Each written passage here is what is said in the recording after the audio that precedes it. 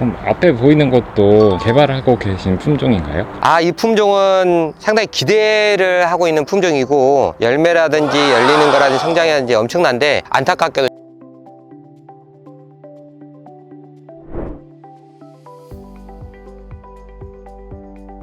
깨비농장에서 품종 개발을 하고 있는 그 연구 포지입니다. 저희 깨비농장 재배부지 내에 있는 곳으로 품종 개발을 할 때 유목부터 시작하고 성목까지 테스트를 진행하는데 지금 현재 화면에 보이고 있는 부분은 유목을 키우고 있는 곳입니다. 앞에 보이는 것도 개발하고 계신 품종인가요? 이 품종은 상당히 기대를 하고 있는 품종이고 열매라든지 열리는 거라든지 성장이라든지 엄청난데 안타깝게도 저희가 개발한 건 아닙니다. 이건 외국 대학에서 개발이 돼서 저희가 현재 품종 테스트를 지금 진행하고 있는 그 품종이고 일반적인 품종을 개발하기 위해서는 다양한 유전 자원들이 필요하거든요. 그런 유전 자원들과 교배를 통해서 새로운 어떤 품종의 유전 형질을 발현하기 위해서 준비된 모수라 할까요? 올해 지금 테스트를 하고 있으면서 깜짝 놀라고 있습니다. 작년도 마찬가지고 올해도 열매 열리는 거라든지 성장이라든지 아주 상위에 있을 만한 품종, 그래서 이후에 좀 더 지켜보고 이 품종에 대한 출시까지도 지금 현재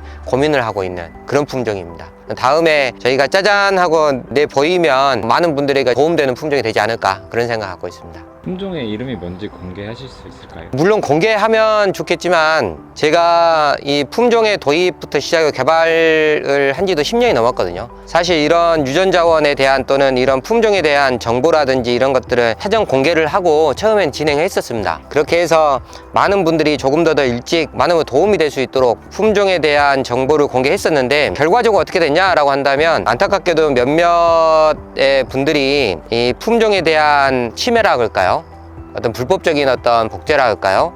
이런 것들을 진행하면서 좀 안타까운 일들이 많았습니다. 결과적으로는 그분들의 어떤 잘못으로 그분들이 처벌을 받았지만 안타까움은 있죠. 그래서 현재는 깨비농장의 연구소 내에서 개발되는 대부분들은 보안을 철저히 유지하고 있고 저희가 공개를 할 때 관련된 부분의 이 시점을 항상 좀 고민하고 있습니다. 깨비농장에서 이제 블루베리 품종 개발하는 거에 대해서 얘기를 좀 듣고 싶거든요. 근데 뒤에 보면 양파망이라 그럴까요?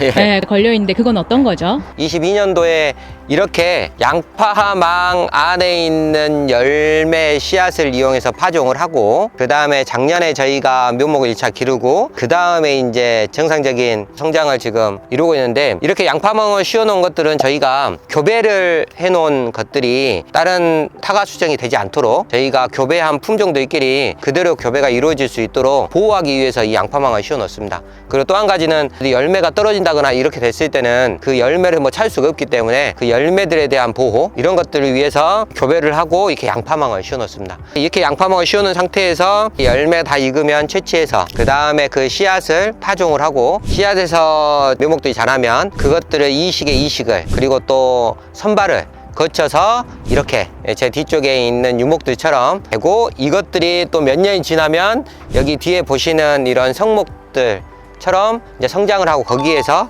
실제적인 그런 테스트를 진행을 하는 처음 시작되는 부분이라 할 수 있습니다. 품종 개발이라는 게 정말 어마어마한 시간이 걸리는 것 같은데요. 몇 년 정도로 하면 한 품종이 나온다고 볼 수 있을까요? 예전에는 12년에서 15년 정도 걸렸다면 지금 현재는 재배 방식이라든지 이런 것들이 조금 더 앞서 있고 품종의 1차 특성을 보는 데는 한 3년 정도 1차 특성을 보거든요. 그리고 거기에서 품종의 테스트를 좀 제대로 하려면 또 한 3년에서 5년 이 정도에서 지금 현재는 한 7, 8년에서 한 10년 정도 걸리는 것 같습니다. 대표님께서 최초 개발하신 메가블루를 빼놓을 수는 없을 것 같은데요. 메가블루 개발하면서 해프닝? 재미난 얘기 뭐 한 가지 해주실 수 있을까요? 메가블루 개발해야 되겠어 라고 시작한 건 아니지만 그 전에 한 3, 4년 전부터 조지아 대학이라든지 미시간 대학이라든지 개발되고 있는 품종들을 보고 사실 많이 좀 부러워했던 부분이 있거든요. 우리나라에서도 이런 품종들을 개발할 수 있었으면 해서 2012년도부터 품종 개발을 진행했었는데 당시에는 고구마 농장을 운영을 하고 있었고 체계적이라고 할까요? 뭐 그런 치도 못했고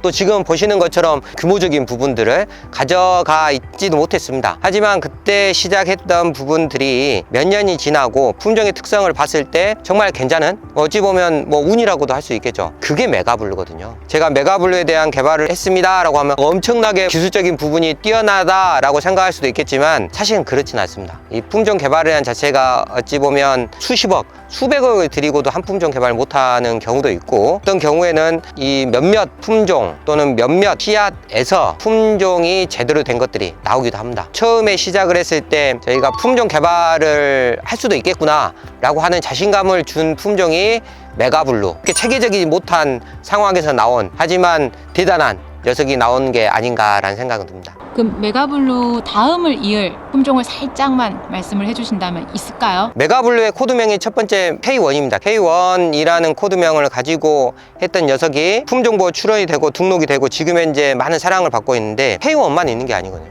K2, K3, K4 뭐 쭉 이제 있는 거죠. 최근에 이제 명명한 K11 있긴 한데, K4를 먹으면서 와 너무 맛있다, 와 이렇게 엄청 괜찮아 라고 이야기를 했는데, K4도 단점이 있습니다. 그런 것처럼 완벽한 품종을 만나기는 쉽지 않거든요. 개발을 한다고 해도 평생 한번 만날 수 있을까 말까 이런 부분이 있다 보니까, 사실 어떤 특수한 것들로 보자면 뭐 크기 또는 맛 또는 뭐 성장 또는 뭐 수확량, 이런 것들을 보면 소개해 드릴 게 많이 있긴 한데, 이것들을 다 모아서 기존에 있는 품종 또는 저희가 가지고 있는 세계적인 품종들에 견줘서 가치적인 부분이 있는 품종이야 라고 한다면 아직은 저희가 노력을 해야 되는 그런 상황이 아닌가 싶고, 뒤로 가서 저희가 아까 방금 말씀드린 이 K4라든지 이런 것들에 대한 부분을 잠시 보여드릴 수는 있긴 한데, 지금 현재 그게 출시 계획이 있냐라고 한다면 많은 고민 속에 있습니다. 그럼 한번 K4를 한번 봐보실까요? 네. 솔직히 말씀드리면 저희 갖고 있던 메가블루랑 과실적인 품질을 봐서는 거의 같은 등급의 품종으로 저는 보입니다. 제가 보기에는 저희 카멜리아하고 좀 약간 비슷한 부분이 좀 있습니다. 송이의 헐고움이라든지 크기라든지 이런 부분들 뿐만 아니라 맛에 있어서도 좀 카멜리아하고 좀 많이 비슷한 부분이 있습니다.